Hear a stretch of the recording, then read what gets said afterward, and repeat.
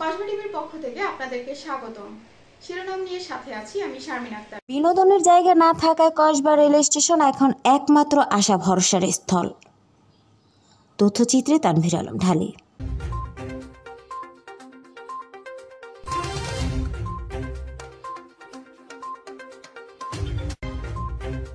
এবারে জানিয়ে দিচ্ছি বিস্তারিত। কসবা সদরে কোনো বিনোদনের স্থান না থাকায় কসবা রেল স্টেশন এখন একমাত্র ভরসা। কসবা কল্যাণ সাগরকে বিনোদনের কেন্দ্র গড়ে তোলার দাবি দীর্ঘদিনের, কিন্তু কাজের কিছুই হয়নি। তাই বিনোদনের স্থান না থাকায় মানুষ প্রতিনিয়ত বিকেলে একমাত্র কসবা রেল স্টেশনকে বেছে নিয়েছে।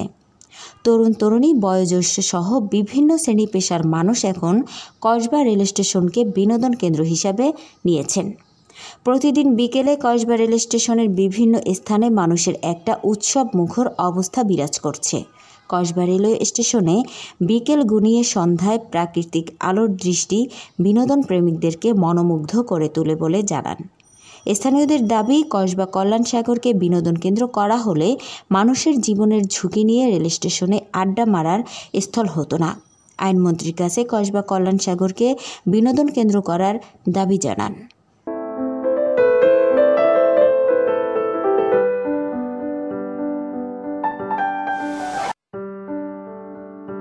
কসবাতে বিনোদনের জন্য কোনো জায়গা নাই। আমরা কল্যাণ সাগরটা যদি একটা বিনোদনের পার্ক করে দিত, সবাই ওইখানে করতো, যদি স্টেশন আইসার এত ঝামেলা হইল নইলে এটা একটু সংশ্লিষ্ট কর্মকর্তাদের অবগতির জন্য জানানো যেতেছে। হ্যাঁ, এটা সেবক যেটা বলছে এটা ঠিক আছে, সবার জন্য উপকার হবে এই কাজটা করলে। কসবা কোনো বিনোদন কেন্দ্র নাই। কসবা অনেক দূর দূরান্ত থেকে মানুষ আসে, আইসা ঘোরার মতন কোনো জায়গা নাই। শুধু স্টেশনে আসে, স্টেশনটাই দেখে এরপরে চলে যায়। অনেক জায়গা আছে, কল্যাণ সাগর আছে, ডাকবাংলা আছে। হ্যাঁ, এগুলা যদি একটা পর্যটন কেন্দ্র করা হয় এটা অনেক উপকৃত হবে কসবার মানুষ। কসবাটা অনেকটা উন্নত হবে।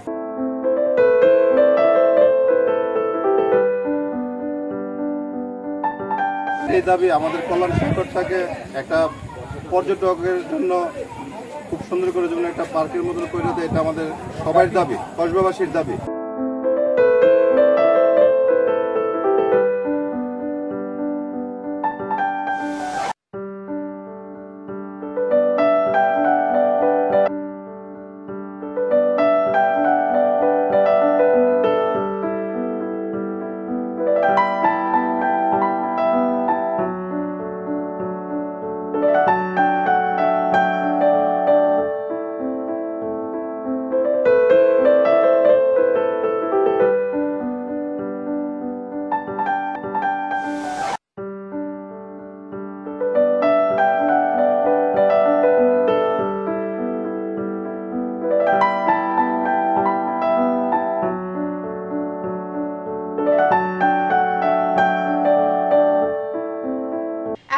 কসবা টিভির সাথে থাকার জন্য আপনাদেরকে ধন্যবাদ।